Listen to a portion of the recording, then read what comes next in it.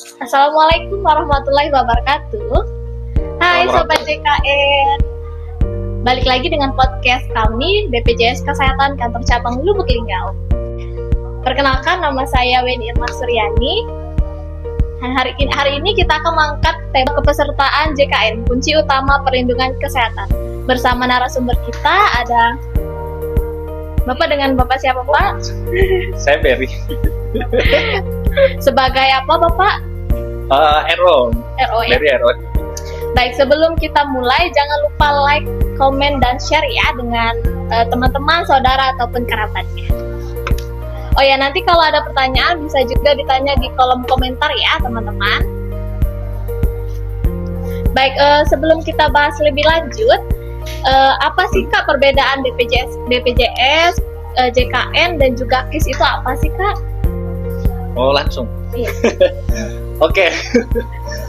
Jadi untuk awal pembicaraannya, jadi dasar itu kan kita ada, mungkin di kalangan masyarakat banyak tuh yang nanya.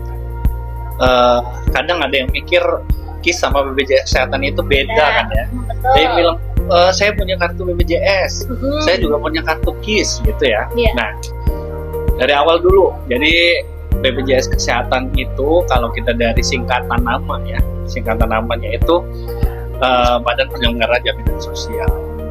Plus di sana ada kesehatan, karena BPJS pun ada dua ya.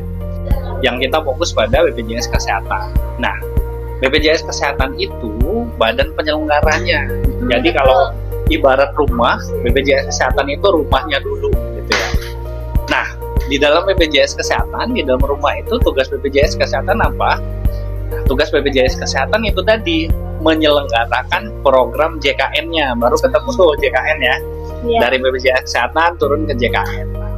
JKN itu diselenggarakan oleh siapa? Diselenggarakan oleh BPJS Kesehatan.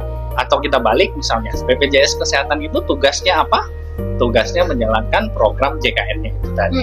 Betul. Setelah keluar dari JKN itu, maka muncullah itu tadi turunannya lagi, atau misalnya istilah gampangnya produknya gitu ya. Muncullah adanya istilah Kartu Indonesia Sehat. Nah, Kartu Indonesia Sehat itu adalah kartu identitas dari program yang dijalankan oleh BPJS Kesehatan tadi, dari program JKN itu. Nah, Kartu Indonesia Sehat ini sekarang memang kita tidak ada cetak kartu yang fisik lagi ya, Weni ya. Nah, tapi memang sekarang itu udah diganti sama KIS digital namanya. Terus juga kalau kartu KIS ini sekarang sudah sama dengan nomor NIK. Jadi untuk penggunaan kartu identitas ini juga sama, udah sama-sama NIK. Jadi kalau kita pakai NIK sekarang udah bisa berubah. Jadi kalau seandainya kita ini tiba-tiba nih ada orang hilang kartu, Pak, gimana sih Kak? Ya, saya tuh nggak bisa menggunakan BPJS Kesehatan, soalnya kartunya udah hilang, ini gimana? Nah, sekarang itu kan karena tidak ada lagi pencetakan fisik kartu, kita bisa pakai yang pertama dari KIS digital tadi di aplikasi mobile JKN. Terus sekarang NIK itu juga sudah sama kayak nomor identitas. Iya. Jadi cukup dengan menunjukkan NIK. NIK ini bisa di KTP, bisa di KK ya. Jadi dengan menunjukkan NIK-nya sudah bisa berobat. Sudah sama kayak nomor kartu. Jadi kita punya KTP, jadi kita bisa juga berobat menggunakan BPJS Kesehatan. Ya, betul. Udah lebih maju ya berarti sekarang ya. Iya, betul. Oke, kita kalau kita jadi peserta JKN nih Kak, kan ada hak ya. Nah, hak jadi peserta JKN itu apa sih Kak?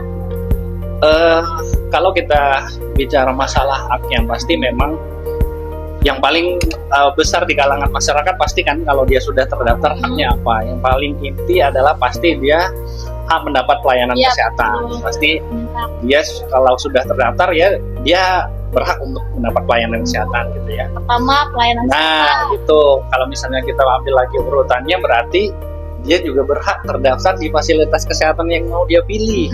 Jadi tergantung nanti si pesertanya itu mau pilih puskesmas, klinik, atau dokter keluarga gitu ya. Sama juga dengan dokter gigi kalau dia pilih dokter keluarga, itu salah satu haknya. Terus juga si peserta ini juga berhak tuh, misalnya dia mau mendapatkan informasi dan sebagainya. Terus si peserta ini juga berhak tuh kalau misalnya pada saat pelayanan dan sebagainya dia bisa ada akses pengaduan dan sebagainya gitu. Nah, jadi si peserta itu bisa mengakses itu salah satu hak dari peserta.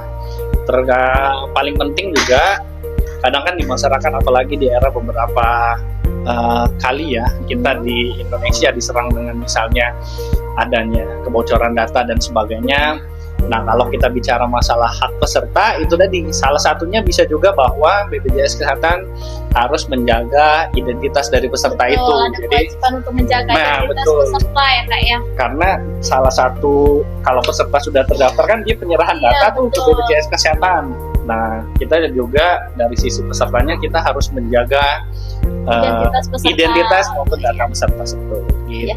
Baik, selain peserta kan punya hak ya Kak ya. Berarti hak dan kewajiban. Nah, kalau kewajiban peserta JKN itu apa sih Kak? Selain hak ada kewajiban. Apa kewajibannya? Nah, kewajiban mungkin dari kalau kita sudah misalnya kita pemenuhan hak gitu ya, maka rentetannya nanti muncullah kewajiban dari peserta seperti apa. Yang pertama, kalau bisa digunakan, kalau ingin mendapatkan pelayanan peserta, tadi kan statusnya harus aktif tuh. Iya, betul. Muncullah berarti ada kewajiban seluruh peserta itu untuk membayar iuran. Nah, salah satu kewajibannya membayar iuran. Terus misalnya kalau kita turunin lagi nih, misalnya ada beberapa segmen peserta gitu ya kan, hak pesertanya itu ada juga kewajiban tadi ya, kewajiban peserta selain membayar iuran, dia juga harus melaporkan datanya dengan benar. Gitu ya.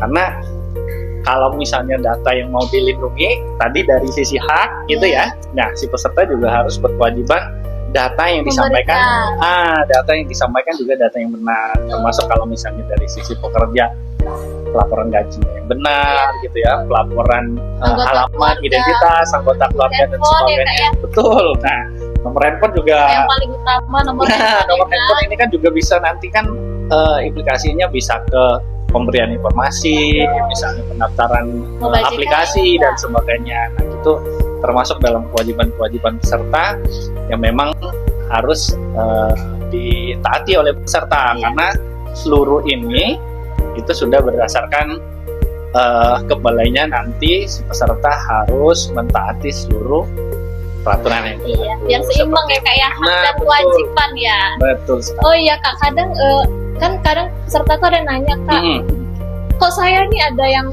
mandiri setiap bulan segmennya bayar setiap bulan, ada juga tuh tetangga saya yang gratis. Nah itu apa sih Kak? Itu apa yang segmen apa itu namanya? Perbedaannya? Iya. Kita dari awal dulu ya. Jadi BPJS Kesehatan itu kan ada beberapa segmen peserta. Betul. Kalau dari paling atas kita bagi ke dua segmen besar biasanya. Ada segmen PBIJK, ada juga segmen non PBIJK, gitu ya. Kalau PBIJK ini yang gratis tadi nih. Oh iya. Yang gratis sebenarnya ini bukan gratis. Ini dibayarkan atau didaftarkan oleh pemerintah pusat. Iurannya dibayarkan dari PBJK. Nah gitu. Nanti yang segmen kedua itu segmen non PBIJK. Nah kalau non PBIJK ini banyak lagi nih runtutan di bawah segmen pesertanya ya. Misalnya kita ambil tadi yang Mbak Weni sebutin, ada PBPU. PBPU nih ada yang didaftarkan dia sendiri yang bayar setiap bulan tuh ya. Ada juga yang didaftarkan oleh pemerintah daerah. PBPU. Nah itu juga tuh yang didaftarkan oleh si peserta sendiri, ada juga yang didaftarkan oleh pemerintah daerah.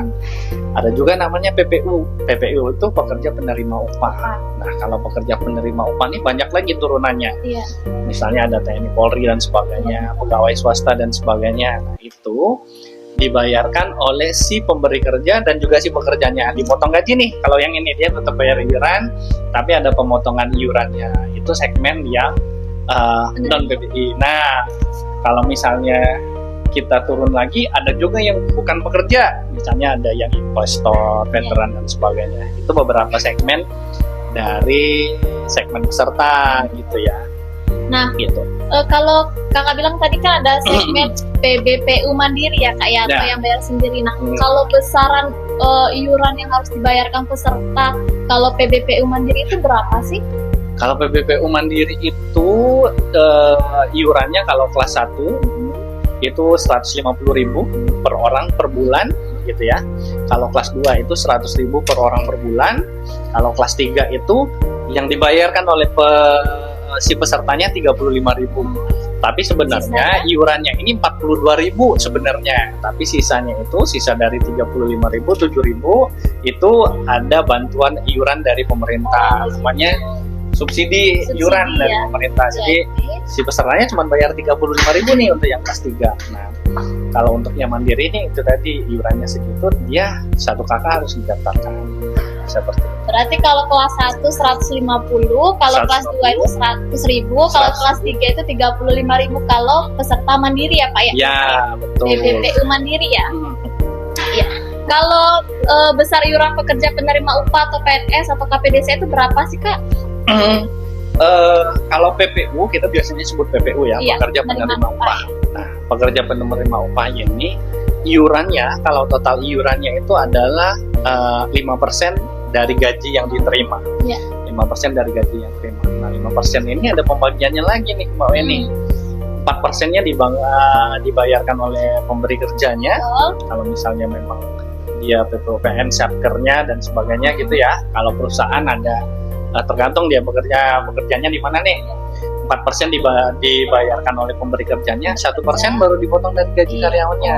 Gitu. Jadi totalnya 5% iurannya untuk satu pekerja. Iya. Nah, satu pekerja itu dari satu iuran itu sudah termasuk suami istri plus anaknya sampai dengan anak ketiga. Oh, jadi kalau pekerja itu bisa menanggung anggota keluarga ya Kak ya? Ya. Apa? Jumlah tanggungan itu total dengan pekerjanya itu ada 5 orang. Itu tadi suami pekerjanya, suami atau istrinya, plus dengan anaknya sampai dengan anak ketiga tuh. Oh iya. Nah, kalau untuk anak ini juga untuk informasi ya. Kalau anak ini maksimal usia yang masuk ke dalam tanggungan itu 21 tahun. Gitu. Jadi kalau misalnya dia udah lewat 21 tahun, dia udah keluar tanggungan gitu ya, nanti otomatis nonaktif. Tapi bisa diaktifin lagi kalau misalnya dia kuliah, itu bisa ditanggung sampai dengan umur 25 tahun dengan melampirkan surat keterangan kuliah. Oh, iya. Baik, berarti bisa tetap jadi tanggungan orang tua itu 21 tahun. Tapi kalau masih kuliah maksimal 25 tahun ya Kak ya? Betul. Baik. Kalau nih saya kan badan usaha ya Kak ya, saya punya karyawan. Nah, yang harus saya lakukan agar bisa ikut program JKN apa sih? Sebagai saya badan usaha. Nah, kalau kita bicara masalah badan usaha, perusahaan gitu ya. Yang pertama kita bahas dulu karena kalau pemberi kerja ya, perusahaan gitu ya, dia itu berkewajiban untuk mendaftarkan dirinya dan juga seluruh karyawannya ke dalam segmen PPU BU kalau kita biasa sebut ya, pekerja penerima upah badan usaha. Nah, nanti si perusahaan ini ngelapor nih ke kita, bisa misalnya lewat, kalau misalnya khusus PPU bisa lewat RO gitu ya. RO ngelaporin perusahaannya, nanti ada form registrasi yang kita berkas-berkas yang harus dilaporkan, plus nanti ada formulir untuk pekerja nanti data-data pekerjaannya dimasukin, nanti kita daftarin. Oh iya. Gitu. Kalau berarti harus didaftarkan ya? Seluruhnya harus didaftarkan, seluruh pekerjanya. Jadi kalau misalnya kan banyak pertanyaan nih Pak ini. Iya. Kalau pekerja itu si perusahaan gimana Pak? Si pekerja saya nih udah terdaftar semuanya nih, tapi memang didaftarkan oleh pemerintah atau dia bayar sendiri gitu ya. Betul. Nah, kalau misalnya statusnya sudah bekerja, sudah timbul di sana kewajiban pemberi kerjanya untuk mendaftarkan seluruh karyawannya. Terus dari sisi karyawannya sudah berhak untuk didaftarkan oleh si pemberi kerjanya, seperti itu. Jadi segmennya harus kita alihkan nih, dari sebelumnya yang PBI atau misalnya yang mandiri, kita alihkan menjadi segmen peserta PPU-BU tadi dengan rincian iuran yang kita jelaskan sebelumnya tadi. 5% dari 4%, 1% dipotong gaji karyawan. Baik, kalau seandainya kalau ada warga negara asing nih Kak, bisa nggak sih daftar JKN? Atau sistemnya seperti apa, syaratnya seperti apa saja? Kalau WNA juga sama ya. WNA juga bisa didaftarin kalau misalnya WNA itu kalau dia PBPU Mandiri, misalnya dia sudah menetap di Indonesia minimal 6 bulan, itu sudah kita bisa daftarin tuh sebagai peserta BPJS Kesehatan. Kalau WNA ini kan biasanya tidak selalu PBPU ya, Iya. bisa juga kan pekerja-pekerja Tenaga. nih ya, Iya. tenaga kerja yang bekerja di perusahaan dan sebagainya. Nah, WNA itu nanti si perusahaannya bisa melaporkan ke kita.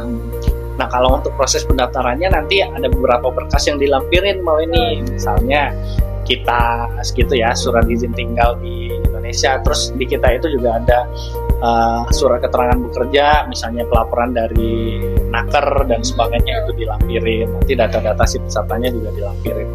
Nah, proses pendaftaran WNA kalau misalnya kita bicara konteksnya dia PPUBU ya, Iya.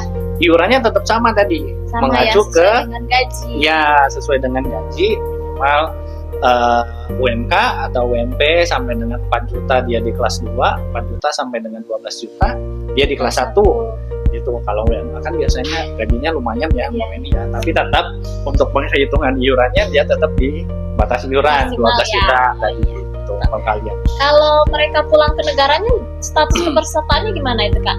Kalau dia udah balik statusnya dinonaktifin. Oh, Gitu. Kalau dia sudah tidak berada di Indonesia gitu ya, statusnya nanti dinonaktifin. Tapi kalau misalnya untuk orang-orang yang sementara ada nanti dinonaktifin, pada saat dia kembali diaktifkan lagi seperti itu.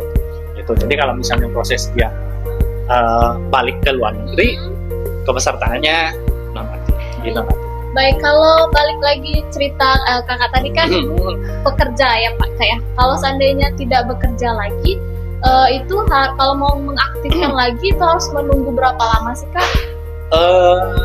Kalau misalnya si pekerja sudah dinonaktifin oleh si pekerjanya ya, Iya, sudah dinonaktifkan dari perusahaan. Udah keluar kan dari Iya, perusahaan sudah gitu tidak ya. bekerja lagi itu. tergantung kalau misalnya dia sudah pindah perusahaan, kan ada beberapa kemungkinan nih, dia keluar dari perusahaan satu misalnya.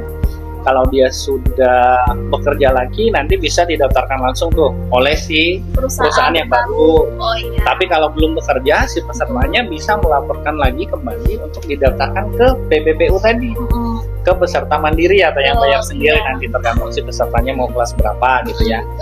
Nah, nanti iurannya mengikuti. Kalau misalnya memang penonaktifannya sudah lebih dari 1 bulan, dia menunggu lagi tuh.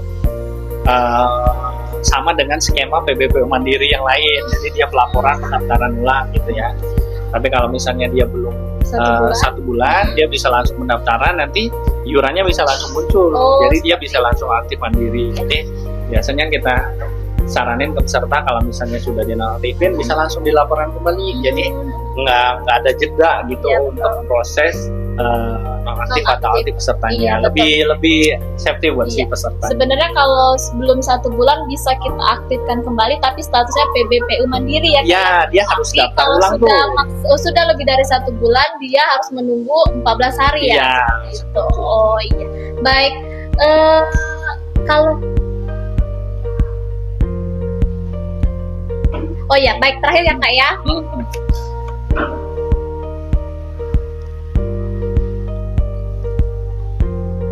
Nah, kalau seandainya sudah kita nih kan Kak nggak tahu ya kayak status aktif atau nggak tuh lewat apa sih biasanya? Oh, oke. Agar kita tuh tahu Kak, ternyata saya tuh sudah dinonaktifkan dari perusahaan atau dinonaktifkan dari kepesertaan pemerintah. Ya. Gitu. Apa sih Kak? Dan apa gitu? Sekarang kan udah banyak tuh ya, bisa channel-channel yang bisa kita akses untuk proses pengaktifan. Tapi misalnya contohnya itu tadi Mobile JKN. Oh, Mobile JKN. Ya, Mobile JKN-nya kan bisa tuh ada di menu pesertanya.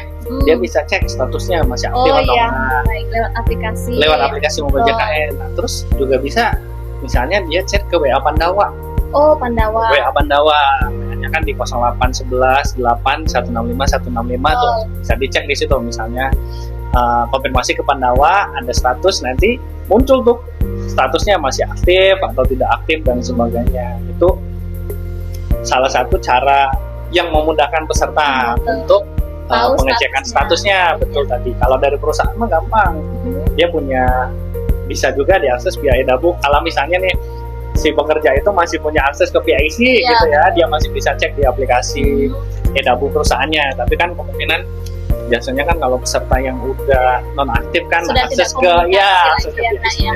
Tapi dia bisa mandiri itu tadi, Oh. bisa lewat mobile CKN, bisa lewat Oh iya. Pandawa. Baik, berarti ada dua opsi ya Kak ya, bisa lewat mobile CKN, Salah satunya bisa itu. juga lewat Pandawa. Tapi yang lebih bisa kita akses mandiri ya lewat aplikasi mobile CKN tadi Lebih ya Kak ya, gampang. bisa lewat Lebih handphone kita masing-masing ya.